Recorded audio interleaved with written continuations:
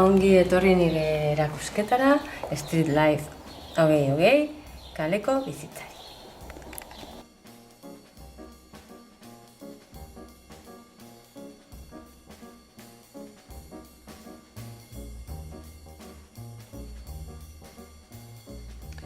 Street Life 2020 Diana Iniestaren erakusketaren izenburua.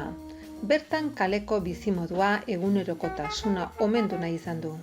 Egunero artista metroan dabilean Bronxetik Manhattaneko ikastetxera, Queens, Brooklyn edo Nueva Jersey, bidaiariei ateratako argazkiak erratzura itzultzerakoan erabili ditu lanerako material gisa.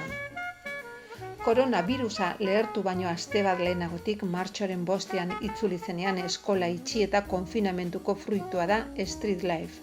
Bidaiari ezezagunak dira protagonistak, taldeak maiz trastoak garraiatzen ordu zehatzetan pilaturik batzuk besteen ondoan metroan. Zitiko garraio bidea izanik eta kultur, bizitza eta erlazionatzeko zutabea. Harlemeko Afrikar-Amerikanoetatik Chinatowneko asiatikoetara. Musikariak, abeslariak, bat-bateko janari postuak, kioskoak, grafiteroak, lurrazpiko komertzio aretoak, negurako batzuendako eta bestendako bizitokiak bilakatzen dira.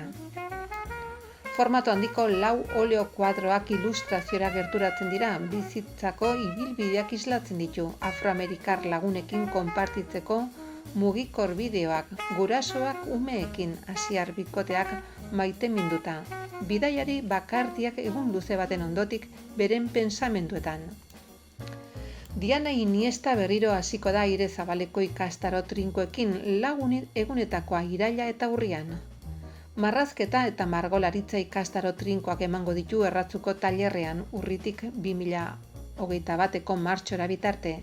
Gehienez 5 ikasle parte hartu dezakete ikastaroetan ordutegia arratsaldeko 6:00 bederatzitara. Prestatzen ari da Iruñako Harresietako erakusketa inauguratuko da irailaren 26an.